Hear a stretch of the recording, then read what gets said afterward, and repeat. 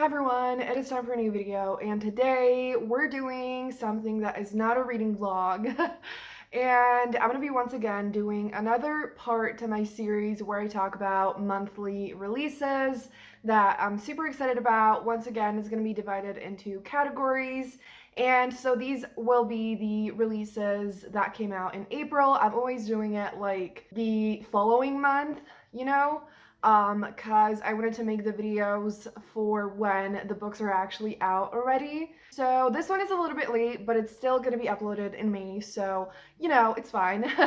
And so yeah, I feel like I don't need to say anything else. These are obviously not all releases that came out in April in any shape or form, but some of the main books that I am just super excited for. I've actually read quite a few of them already, and so I just can't wait to share these with you, and let's just jump straight into it. As always, there are going to be timestamps so that if there's a category you don't particularly care about, you can skip ahead. We're going to start with adult romance. So the first book that I have here is The Wedding Crasher by Mia Sosa. This is a book that I was very much anticipating because I absolutely loved the previous book by the author, which was The Worst Best Man, and I loved this one as well. The heroine basically crashes the hero's wedding because she overhears his bride-to-be talking to a man, and it's clear that there's something going on between them and they have feelings for each other. And so the heroine ends up basically like interrupting the wedding and stops the whole thing, and then they break their engagement, they don't get married, and then our main couple actually starts fake dating. So it's kind of complicated, but like at first it sounds like that makes no sense because they don't actually know each other really, but they kind of know each other through other people, and it makes sense in the story. If you like fake dating, you want a fun, romantic, sweet read, definitely recommend this one. I just flew through it and I really enjoyed it, so definitely check it out. Then I have Below Zero by Ali Hazelwood. So I've talked about each of the three novellas in this series in each of the month's videos where they came out. So once again, I've said it in the other videos, but in case you're watching this without watching the other ones, this series came out as audiobooks first. So this particular book is not out as an ebook and paperback, but it is out as an audiobook. And on Goodreads it says that it's coming out on July 5th in the other formats. But if you do listen to audiobooks, it is already out, and I really enjoyed it. So I've heard some other people say that, and I agree that like these three books in this series are honestly just super repetitive, and the tropes and vibes are really similar. And I really enjoy the tropes and vibes, and like I feel like I read them far apart enough that it didn't bother me. And since I enjoyed it, I didn't mind getting the same thing slightly different again. If you feel like you would be bored of that, then just make sure to spread it out.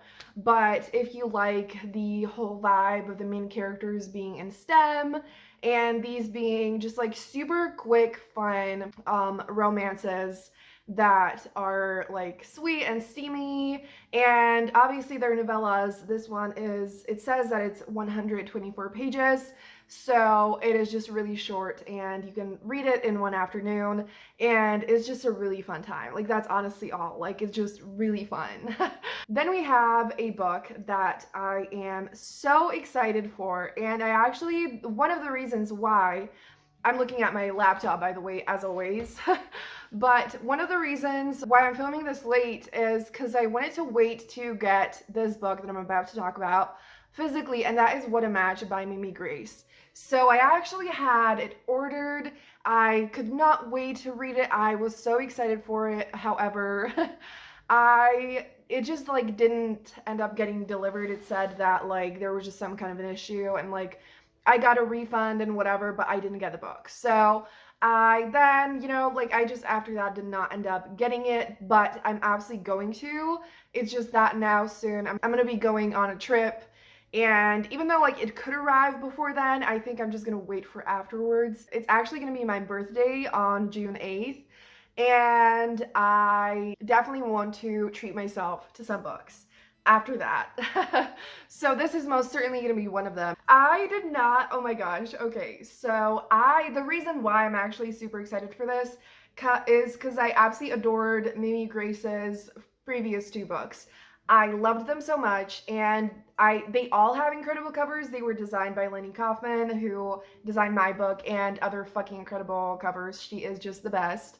And so I want to own it for that as well. But I also just absolutely adored the other two books, and this is definitely my favorite cover. Like, it is just breathtaking. Like, I literally cannot just, I wish I could spend days looking at it, honestly. But I just looked up the author's Twitter so that I could tell you a little bit more about the book. And she describes it as she has hired a pro matchmaker and nothing will distract her from finding the perfect on paper boyfriend, except maybe her brother's grumpy BFF who has just moved in. I don't particularly love these specific, like, brother's best friend trope. It usually annoys me in some ways. However, who has just moved in, like, does that mean they're gonna be roommates? And that is something I am absolutely here for.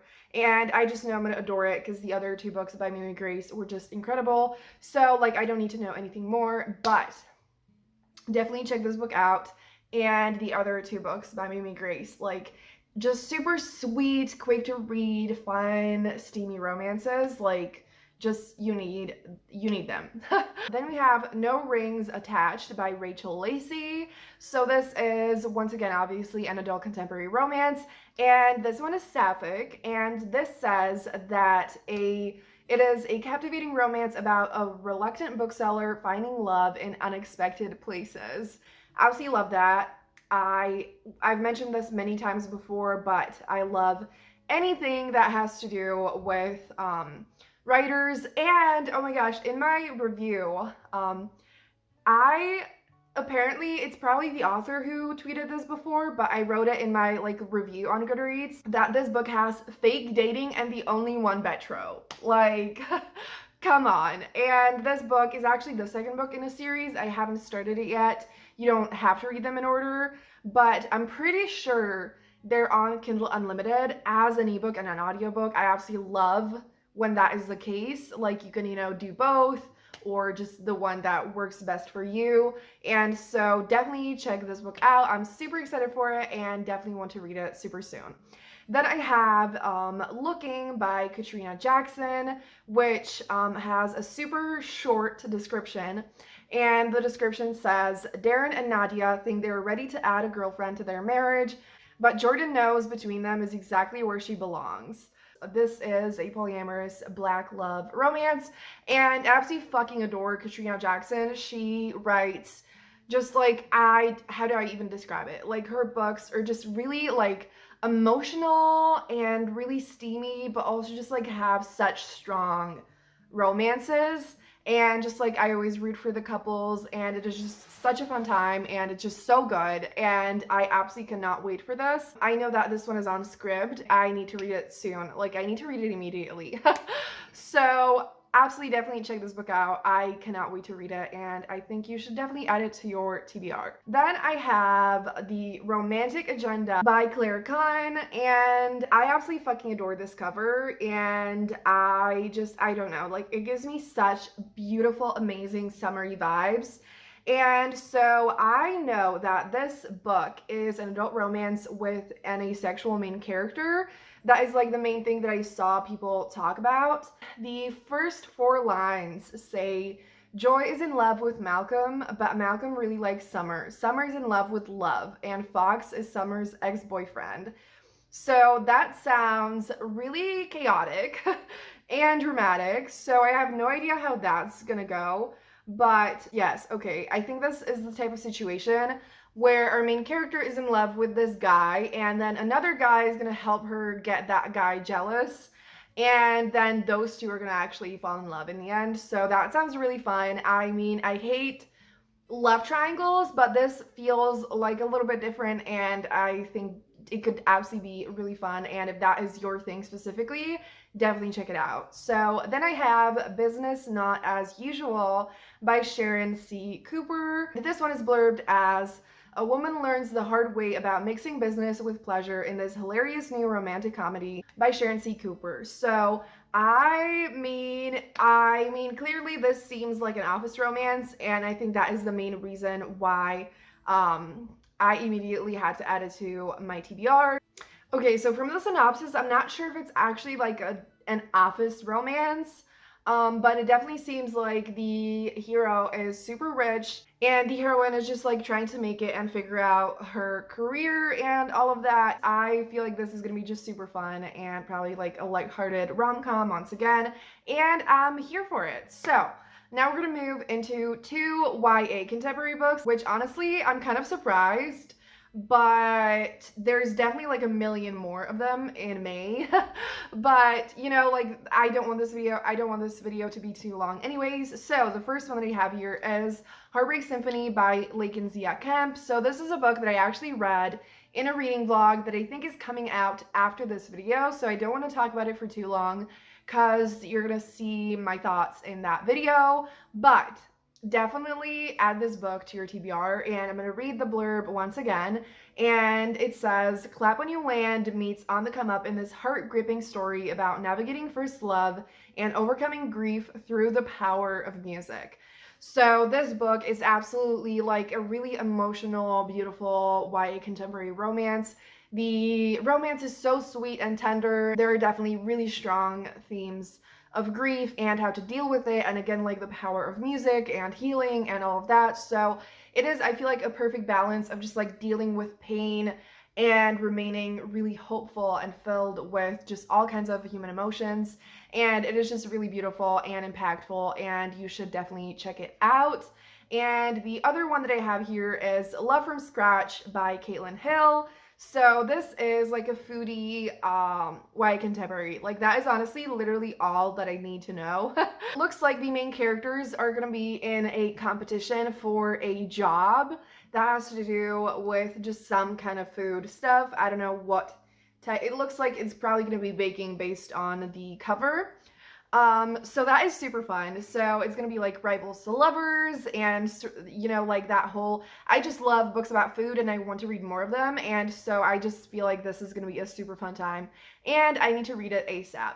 So the next category is going to be YA fantasy, and I have 3 of those. So we're going to start with The Blood Trials by N.E. Davenport. So the blurb says, blending fantasy and science fiction, N.E. Davenport's fast-paced, action-packed debut kicks off a duology of loyalty and rebellion in which a young black woman must survive deadly trials in a racist and misogynistic society to become an elite warrior. If you like trials and, you know, like action, a lot of action and like violent and super intense fantasy, I feel like this is definitely gonna be for you. Definitely check this one out. It looks super cool, and it already has some amazing reviews. Then we have another book that I read already, and that is An Arrow to the Moon by Emily X. Arpan. So now that I think about it, it's not entirely like a YA fantasy, because it's basically like set in our world, but has magic in it. So I never know what to call it, because like it's just like it has different names and I feel like it gets different genres assigned to it depending on what type of magic there is and whatever, but just like a fantasy in a contemporary setting, whatever. And so this one has an amazing blurb as well, so I'm gonna read that. It's short, but I feel like it's gonna get you interested, and that is, Romeo and Juliet meets Chinese mythology in this magical novel by the New York Times bestselling author of The Astonishing Color of After. So it is definitely filled with magic and complicated family dynamics, and the romance is amazing, and there's Chinese mythology and just like so many incredible things. I absolutely recommend this book. And then the last YA fantasy book that I have here is Sophie and the Bone Song by Adrienne Tooley. I am so excited for this because I absolutely adored the author's previous book, and so I just know this is going to be really, really good.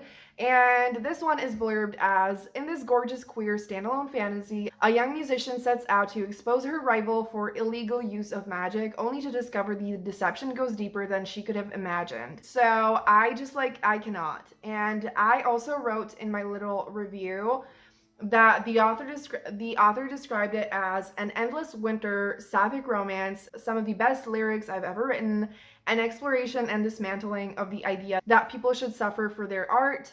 Oh my gosh, that I love that. Oh my god. Okay, I cannot wait to read this. I have it on audio on Scribd once again. So, yeah, and we have one more book to mention, and that is a middle grade fantasy, and that is Witchlings by Claribel A. Ortega. So I am literally in the middle of this book right now, and I'm absolutely loving it. And so this one is blurbed as a magical adventure for fans of Amari and the Night Brothers and Nevermore, about three witchlings who must work together to do the impossible if they have any hope of earning their full powers.